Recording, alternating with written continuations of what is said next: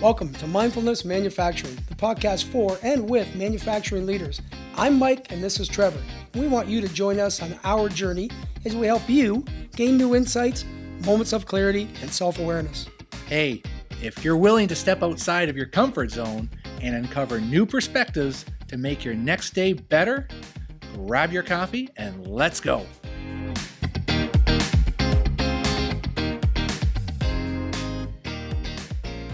Good day and welcome to another episode of Mindfulness Manufacturing. Hello, everyone, and welcome back to Mindfulness Manufacturing. Glad to have you on. Excited today. For me personally, my partner, Diana Soares, is going to be joining us here today.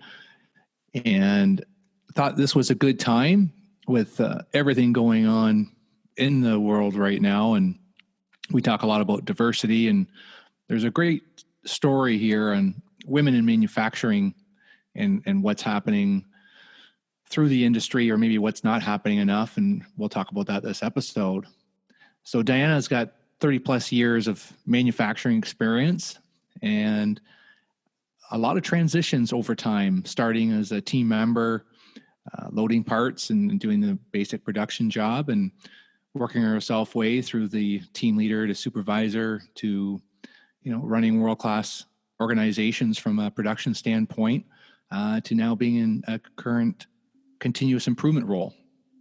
She's worked in multiple countries for multiple companies, and we're excited to have her on and share her story today, which I think will be beneficial for many of our listeners. And, how do we make that transition and how do we pivot our own minds? And we talk about self-awareness, and we talk about, having to, reflect on yourself.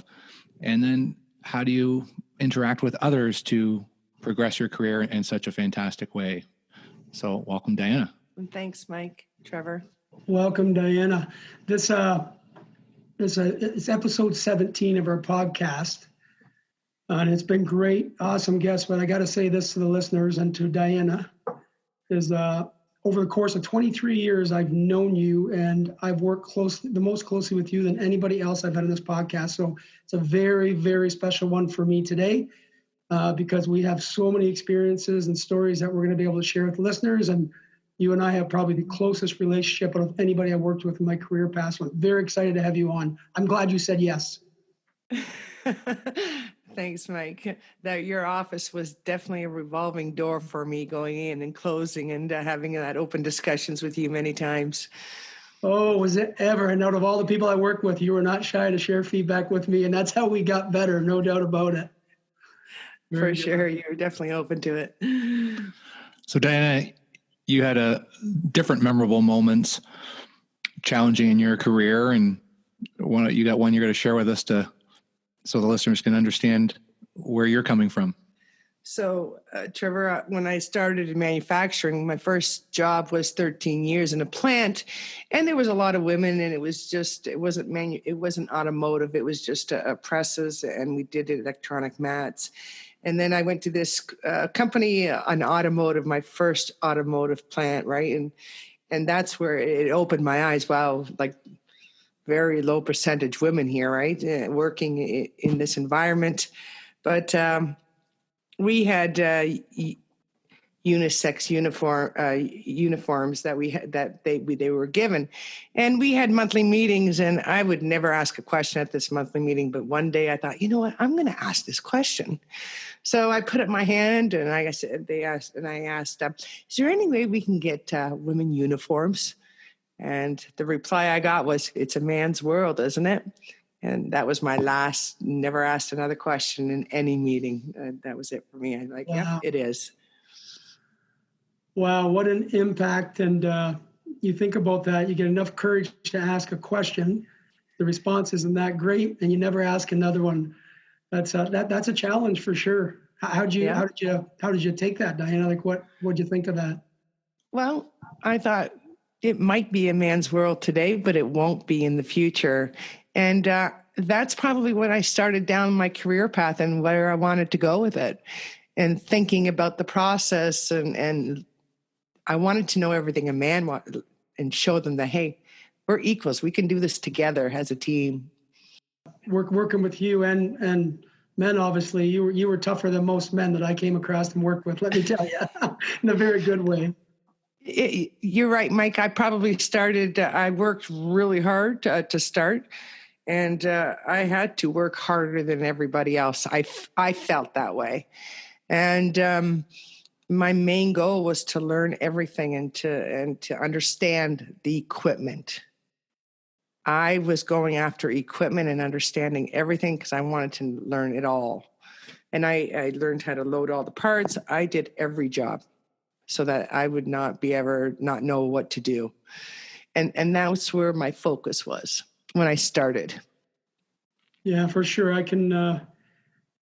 It was very interesting to watch the growth of your career and how you escalated through the different positions.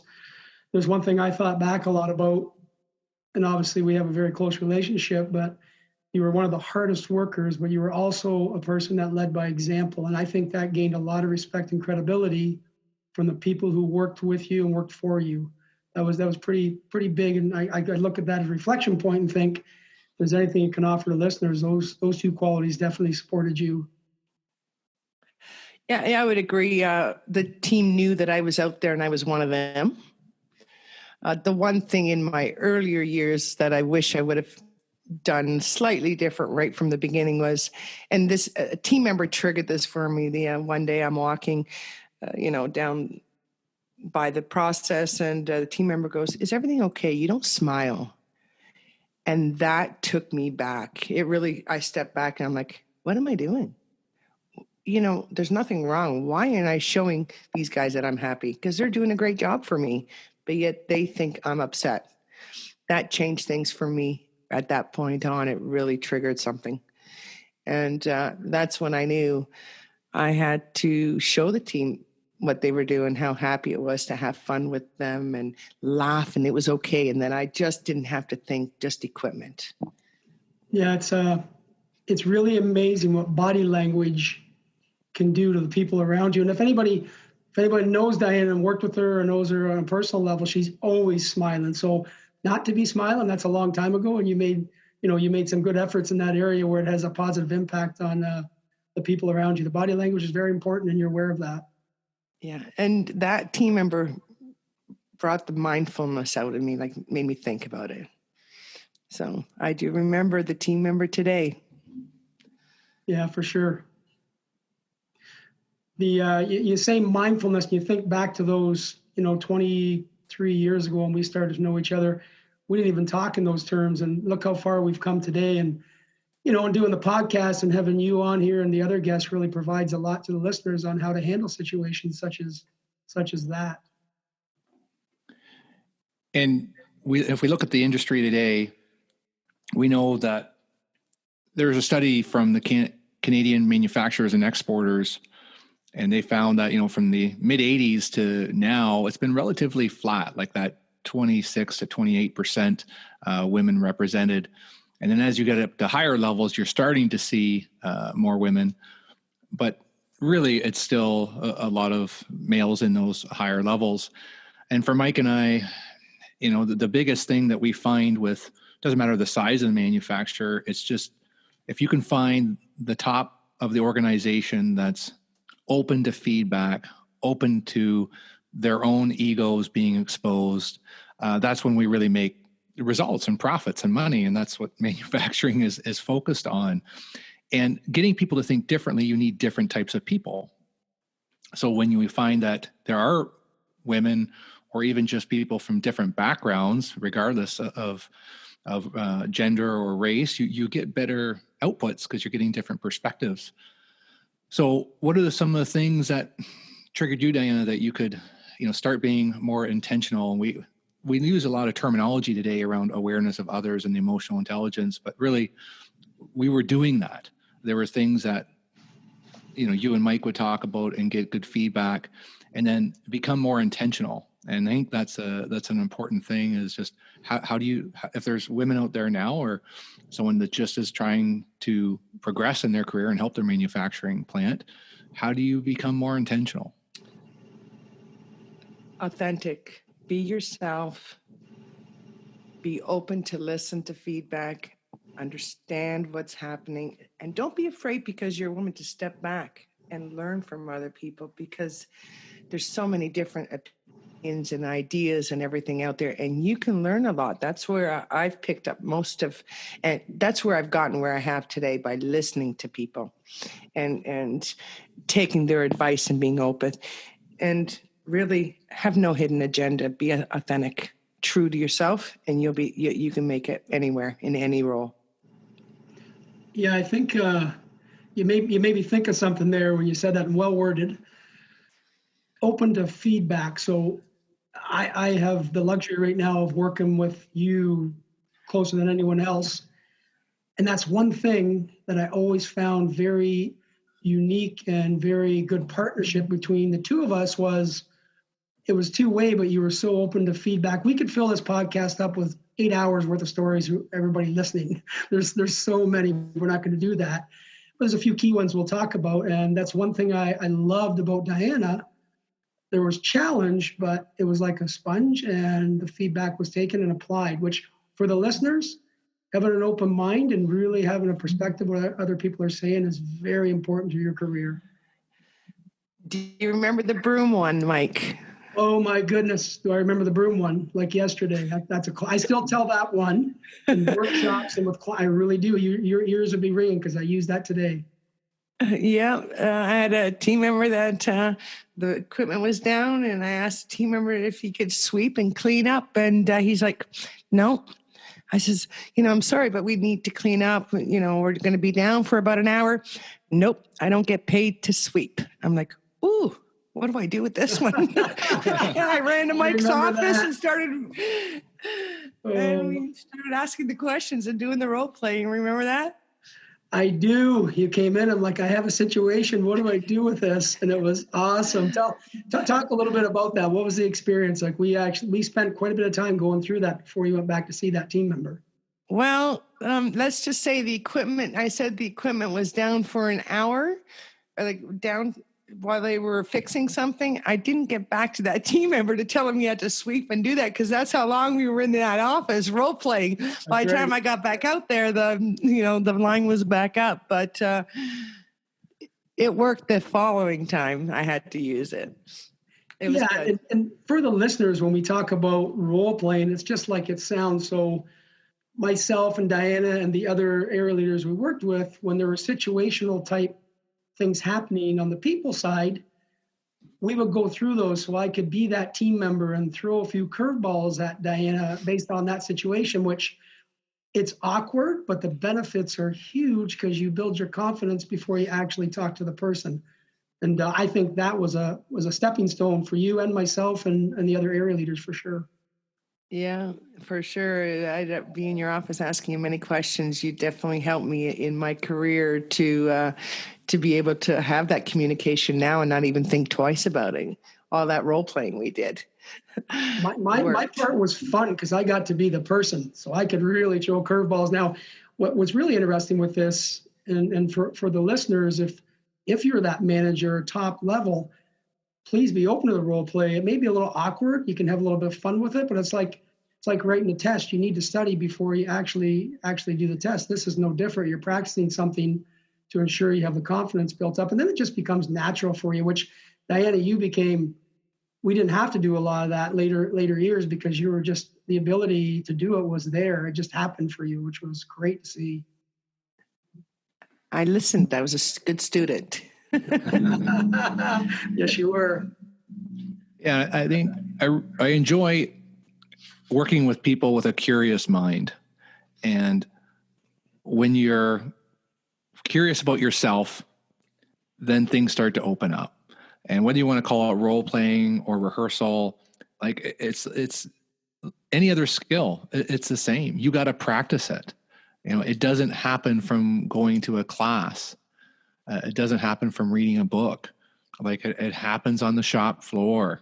And it's like, you have to notice it. You have to want to see it. And then you want to have to do something different. So I think that's a good story between you two, is that, how do you actually get to that level? How do you progress yourself, in different roles? And you can't see yourself through someone else's eyes. And that's the magic of the powerful conversations that you have. For sure. Absolutely. I look at some of the things that we went through and challenges, and some really, really stressful launch programs. If anybody's been involved in launches, especially the size of the facility was massive, and the program launches were very big. There's always one thing that I think back when I provide this to the listeners or someone going through some chaos, was we also had fun. We had the ability to laugh with one another, even when we were really challenged and stressed out and working long hours.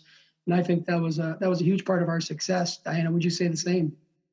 I would agree. We laughed. We actually genuinely all cared. We were a team, and there wasn't no separation. We were all one team, and we joked, we laughed. We knew when the time came to work hard, we worked hard. But when we sat back and had our lunch together and had a good laugh, we did, and Diana used to come to me and say, like, why are you putting me over here, or why am I going there? And I always pushed Diana to the hotspot, because I knew if we had trouble somewhere in terms of production numbers, or maybe there's a team that's not really functioning that well together, because like anything else, when you put 12 or 15 people together, you got a lot of different personalities. It's really the job of the leader to help those team work together. So think back to a situation where I put you on a tougher job, and what was the outcome of that?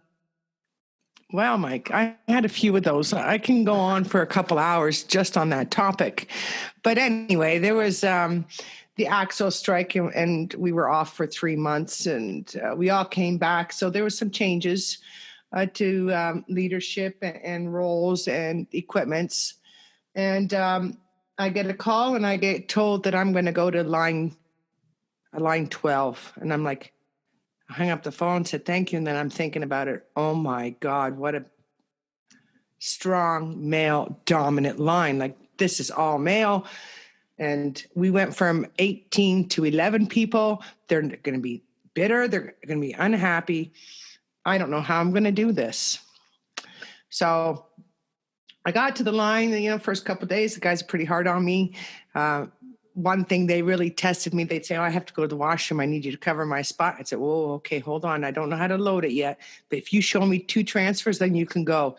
And then that started building the relationship with the team, saying, you know what, she will do it, And then in the end, Mike, I had guys bringing me cafeteria coffee and ginger ale. And we went from, like I said earlier, 18 to 11 team members.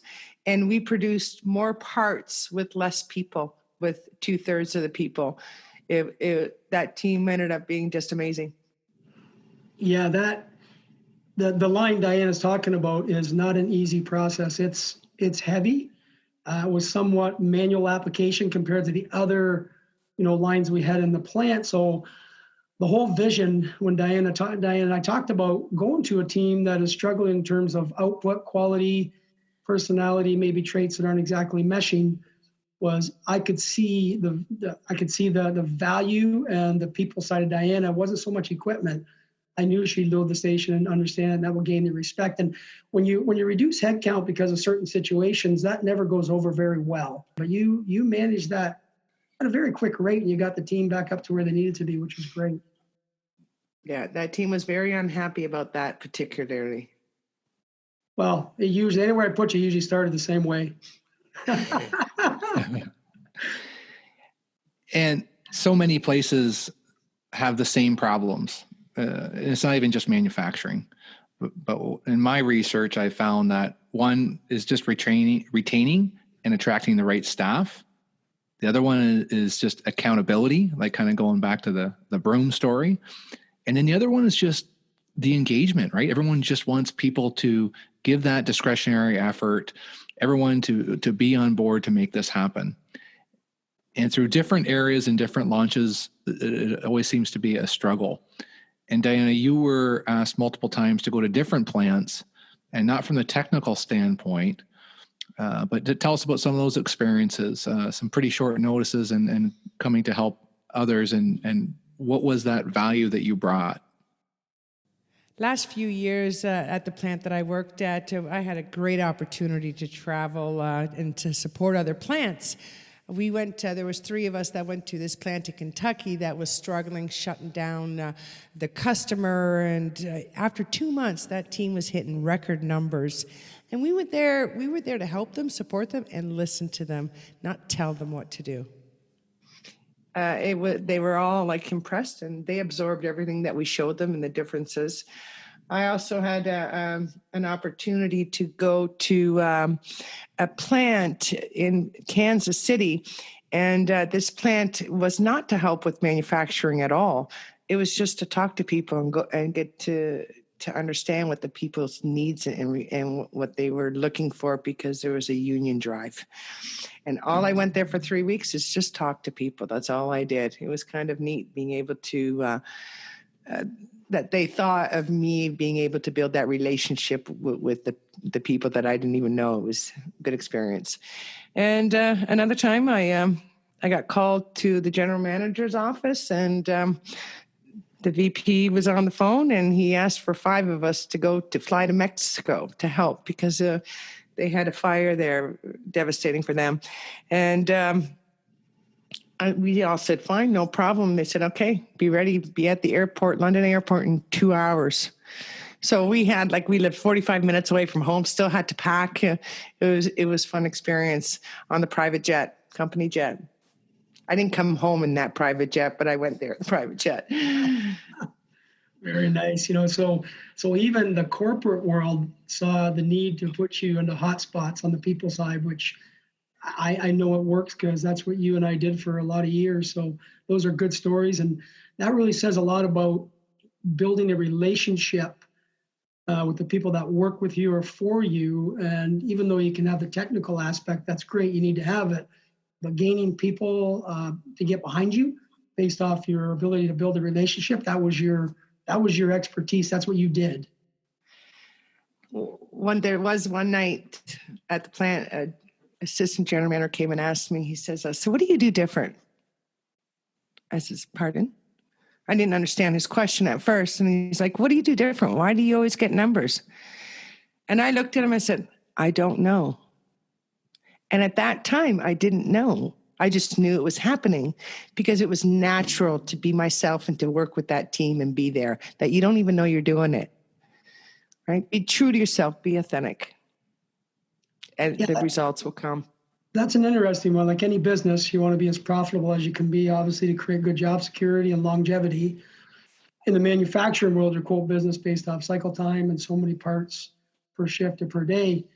And it's a challenge to do that and keep good quality and keep people engaged. But wherever you went, the results follow, whether it's cultural results, whether it was good quality results, and especially achieving the desired target or above target.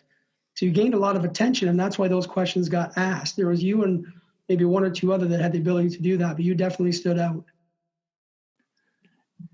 And it's just surprising because you think when you get into this role of understanding relationships, developing that, finding that success, but it's not like that everywhere. And there's a lot of places that are still like, hey, these people are getting paid well. That's their job. We don't need to have the relationships. This is manufacturing. It's a business, and we need to get to business. We need to make parts, and we need to make money. And they miss the mark and just not even open to it. Whereas it's like building a house without a foundation. It's like, yeah, you can put the walls up, but it's not going to hold. And when the wind comes and the storms come and you have to weather through the difficult times, that house is going to blow over, and it's no different than a plant. And if you don't have those roots of the relationship, if you haven't taken that time to understand others and really step back and do these things, you're missing out. And it's not that difficult. It just takes that self-awareness and that willingness. And you can make a difference in your own small team, whether you just how you kick off the morning, how you ask someone how last night's ball game was for their son, or whatever is important in their lives. And then when you need something in return, they're going to come through for you. And you've probably had some of those experiences, Diana. Yeah, actually, I just spoke to one of my supervisors from, probably 10 years ago at this old plant. And we were talking about, and I guess the plant is going to go on vacation. And the customer changed their mind and now wants to run. Well, now they're trying to get everyone to come back to work. So he was explaining. So I said, so are you going to go work next week because the company needs help? He says, no. And he goes, and I'm glad you're not working there because I would have. So yeah. It was good. And it was nice to hear that. That's it, right? Like it's that simple. It can be that simple. If you can take the time, if you can create that culture of, we work hard. We have accountability. We're going to be held accountable, but you're going to know the expectations, and we're going to work both ways. Like each side needs to give. It doesn't matter what your position is. All positions. Yeah, you said something earlier, Trevor, that I think is very key to our listeners and the mindfulness manufacturing community. Working with people because they get paid a certain amount, or you want them to work harder, and all those things that go along with any business, that's great. But the truth of it is, if you don't give people purpose, so they need to know that you care about them as a person before anything else, and they will work for you. We've seen that time and time again. So relationships, we can't stress it enough. Sometimes it's awkward for certain people, maybe, but that's okay. You come out of that comfort zone, and good things will happen. And that's what we did over the years. We worked together, Diana, for sure, building that rapport and relationship with all the people. Absolutely. And Mike, one story for us is you put myself and another coworker on 2 separate shifts to get this process running because it was struggling. It was, we had done our launch, and it's been 8 months, and still the line wasn't getting hit in rate or very behind. You would agree most off shifts aren't a team where, they compete a lot against each other to do better. And when you put me and this coworker of ours on opposite shifts, we saw a shift. It was like, wow, teams actually on opposite shifts can be as one team. And we worked together for both teams to be successful, not just one. And that the team members got behind us on doing that. Like that in itself was really good. Yeah, the chemistry you had with that other person was like none other that I've worked with over my career span. And for the listeners, this line ran on 2 shifts, and obviously we were far behind from a quality and numbers perspective. But I was told it was actually a very pleasant surprise. I didn't expect it to go that well. And in my career path, I think the 2 of you, wherever I needed to put you, and you guys had such a good relationship. And it is hard. You hit something there where when you get on your own shift, you become competitive, which that can be okay to a certain extent, but it can also work against you. So meaning that, one shift wants to do better than the other, and they don't do certain things on the line to get the next shift ready for their setup, where you two, you worked as one unit. It was a great time. So good. No, he set me up, and I always set him up, and it was always to make us both successful. Yeah, that's important if you're for the listeners, especially when you're working across 2-3 shift operation, is work together as one unit, regardless of your own interests. Work together as one team, and it'll prove successful. Yeah, and we've seen that where some leaders will pivot and position teams against each other and say, well, look at this other shift. They're doing so much better. What's wrong with you guys? Actually, let's pull you all into a boardroom and ask you why you're doing better than the other shift. Oh, that's a nightmare, man. We've been down that road. That's a nightmare. It actually happens, right? And it's kind of like, wow. And just the negativity, and then you start focusing on the wrong things, and you're not focused on the big picture of the company anymore. And now you're happy when the other shift doesn't do well. And that's just a downward danger spiral. So I think it's just people struggle on how to get those shifts at the same level. But as you can see, it starts at the top. And if those team members and that whole team sees that the top leadership is supporting each other and wanting the other shifts to do well, and it's not, a competition to see how one shift can crush the other, then great things can happen. Yeah, you think from an empathy standpoint, pulling a team of 12, 15 people in and saying, how come your results aren't as good as the others? Geez, that's a great question to ask people. You should get some high fives from that. And I look back and I think, what the heck were we thinking? We learn from it, but nowadays it's like, if you're listening, you've got one shift doing better than the other. All I suggest is get those leadership together and talk about openly what can we share back and forth to be one team, not point the finger at the team member saying, why can't you be as good as these guys? Doesn't work well. Okay, I can think back. We're probably coming close to the end of the half hour here, and I can think back. There's one saying that I shared with you, and I don't know if you want to say it to the listeners. And it's kind of around maybe when we don't produce results and how we look at getting results. But do you remember that? I don't want to hear the labor pains. Just give me the baby. Oh, yeah. That was, what? I had to have the report with you to say that. I wouldn't say that to just anybody. So. And I never took offense to that. I always laughed and knew exactly where you meant. I knew where your heart was, Mike. And it wasn't, you can't go in and think, women and men and have that separation. You got to think as one team. And it was funny. And no matter how stressed I was, and you said that, it made me laugh and calm down and then go back out and challenge myself to get the right people or support, do the right things. Yeah, it was spare the labor pains and just give me the baby. So what happened for the listeners, it was awesome. I'll never forget it. Diana's on afternoon shift. I think it's like 11:30. My phone rings. She says, check the numbers. There's your baby. I hung the phone up. Oh, that was awesome. Never forget that. Yeah, we were pretty tight that day. What advice then would you have for leaders progressing in manufacturing, Diana, and obviously for women in particular?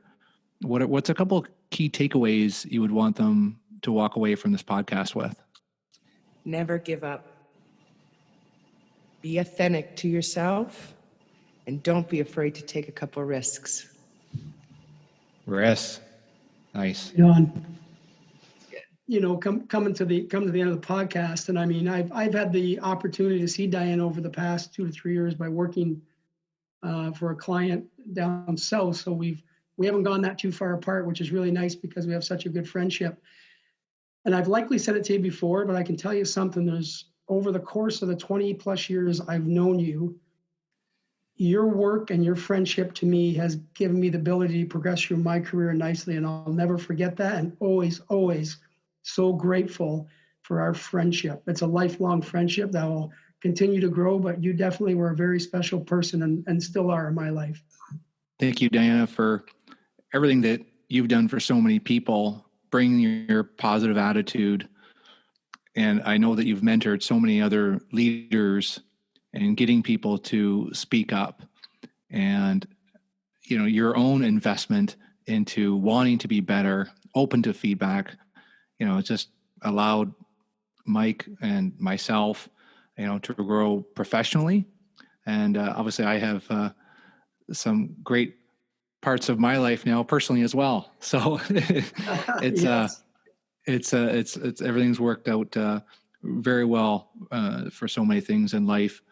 And you continue to help now in this continuous improvement role, where a lot of people are focused on the scientific part of continuous improvement. And there's the foundation, again, is still the people. It's people. And that's what we learn from each other. So a couple questions I always have to ask, Diana, what was your first concert? Well, Trevor, it was a while ago. It was Guns N' Roses. Wow, good. Paradise City. Yeah, I love it.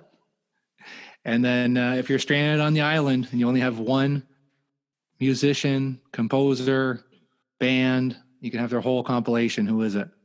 Well, I have a few favorites, but since I've moved down south, my favorite is Eric Church now. Yes. And if you would have asked me 10 years ago if I listened to any country or Eric Church, that would have been no. It was always rock, but definitely loving country. Awesome choice. Awesome choice.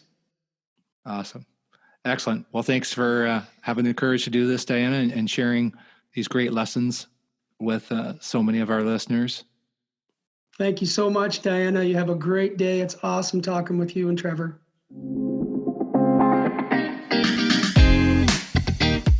Hey guys, thanks for taking the time and joining us today. We had so much fun. Please remember to subscribe. It's free. Share it with colleagues. Look for our next episode in a couple weeks. If you want to drive results, the first step is realizing how you show up. That's the essence of mindfulness and manufacturing.